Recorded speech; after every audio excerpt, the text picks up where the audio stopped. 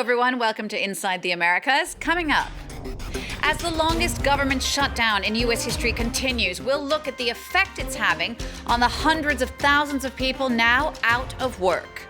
Then, relations between Canada and China on the outs after a Chinese court sentences a Canadian national to death.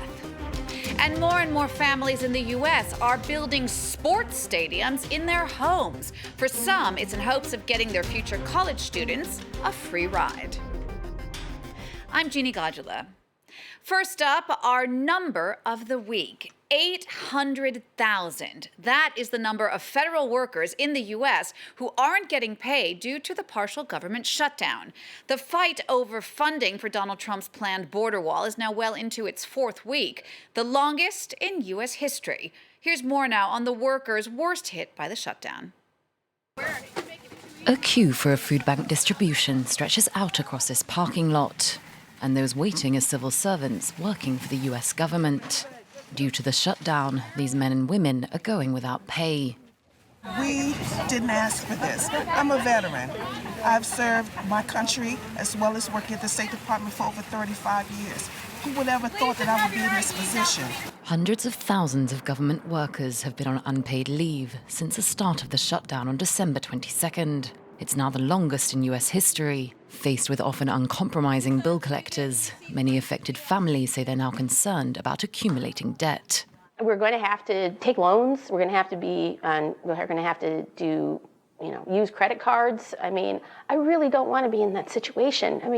We're a working family. We earn our paycheck. We pay our bills. To stay afloat, some federal workers are resorting to part-time jobs. Secretarial work, Uber, anything to supplement lost income. We talked about various things, maybe renting out a room in our house, because we do live by the university. But for others, a second temporary job isn't even an option. Federal employees deemed essential, prison guards or airport security workers are forced to work without pay. When you work for the government, the first thing you do is take an oath to protect this country and the Constitution. And right now, this country's letting us down. The White House, too, has been affected. Less than half of its full-time employees are considered essential. Even still, President Trump has refused to back down until he obtains funding for the border wall. Next, Canada has issued a travel warning for its citizens going to China, saying there's a risk of, quote, an arbitrary enforcement of local laws. That notice was issued just hours after a Chinese court sentenced a Canadian national to death for drug smuggling, dramatically changing his previous 15-year term. The case has only stoked the already icy tensions between the two nations, as Yena Lee reports. He had hoped to reduce a 15-year sentence, but is now facing a much more dire predicament. An appeals court ordered a retrial where he was handed down capital punishment. Defendant Robert Lloyd Schellenberg has been given the death penalty for drug smuggling, and all of his personal property will be confiscated. Canadian national Schellenberg has been convicted of attempting to smuggle over 200 kilograms of methamphetamine from China to Australia.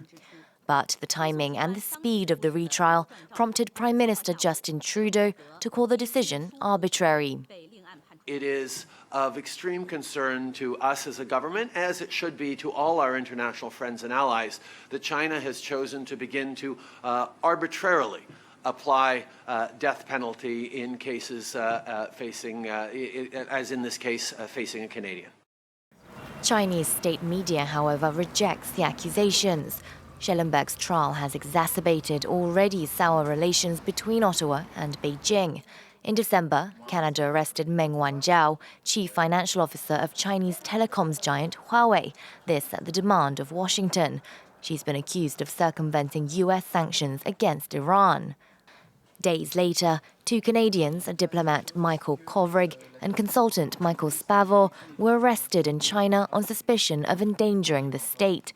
While the two countries battle to take the upper hand, the accused wait behind bars. Schellenberg's life is on the line. His lawyer says he'll appeal again.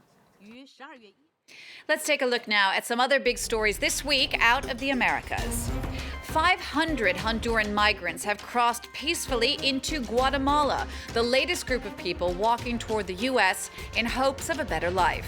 President Donald Trump took to Twitter to react to the news, trying to use it to once again demand that a wall be built along the southern border of the United States. A stunning claim during the trial of Mexican drug kingpin Joaquin El Chapo Guzman in New York. A former aide of Guzman's testified that the drug lord once paid ex-Mexican President Enrique Peña Nieto a $100 million bribe. A man who was Peña Nieto's spokesman during his presidency called the testimony completely false and defamatory. And also in New York, an art exhibit featuring a giant candy sculpture wrapped in the Saudi flag is being removed from the site of the 9/11 terror attacks. The work is part of a series of giant sweets wrapped in the flags from the G20. French artist Laurence Jenkel said she wanted to celebrate mankind with the work that was first created 8 years ago, but victims' groups took offense at its proximity to Ground Zero. Some Americans say Saudi Arabia is responsible for the 2001 attacks.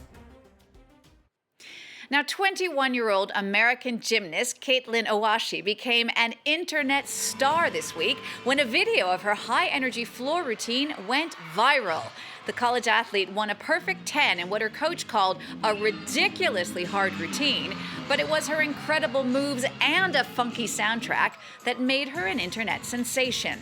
Owashi is a former Olympic hopeful who decided to retire from elite competition to pursue the sport at the collegiate level. This tweet of her routine from UCLA Gymnastics was viewed 25 million times in just 3 days. Now, if you've ever known someone who's been to a school like UCLA, you know just how expensive college in the States can be.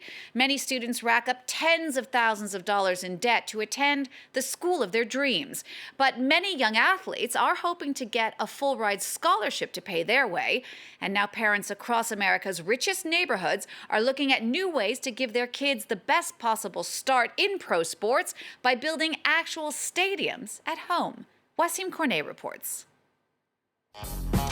Hello. Meet the Williams family. These are all of our kids.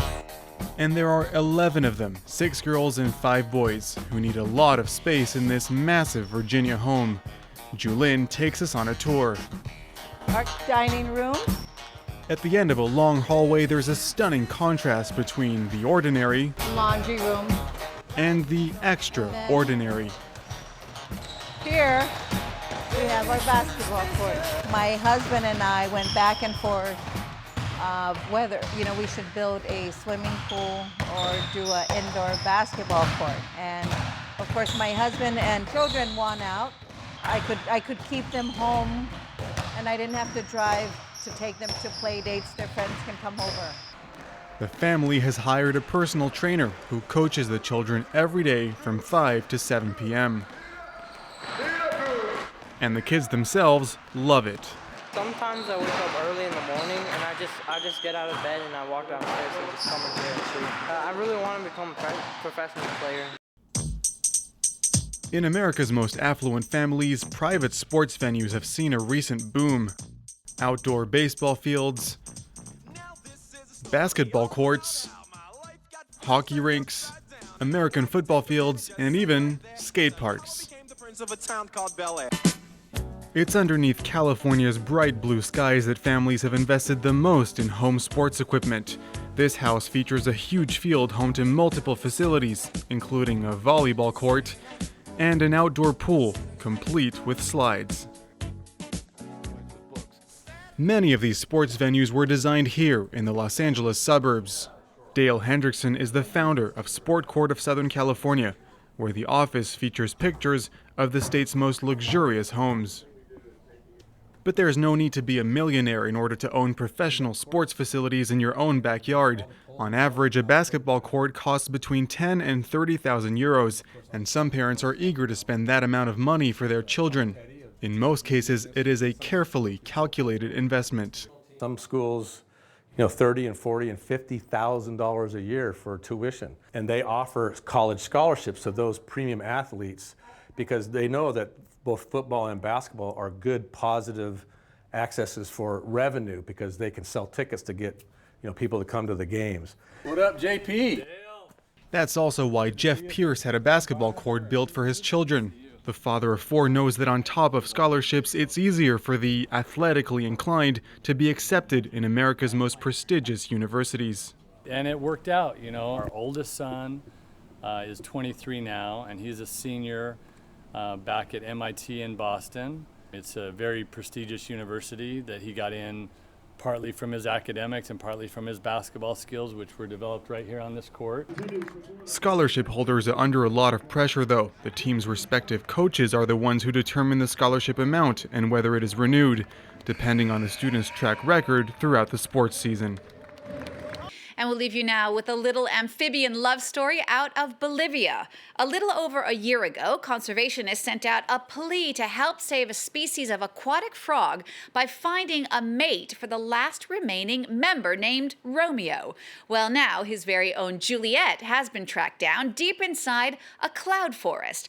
Not only did the wildlife conservation team return with a potential mate for Romeo, who had been a bachelor for 10 years, but they also found another 4 members of the same water frog species, boosting hopes to save the tiny amphibians from extinction.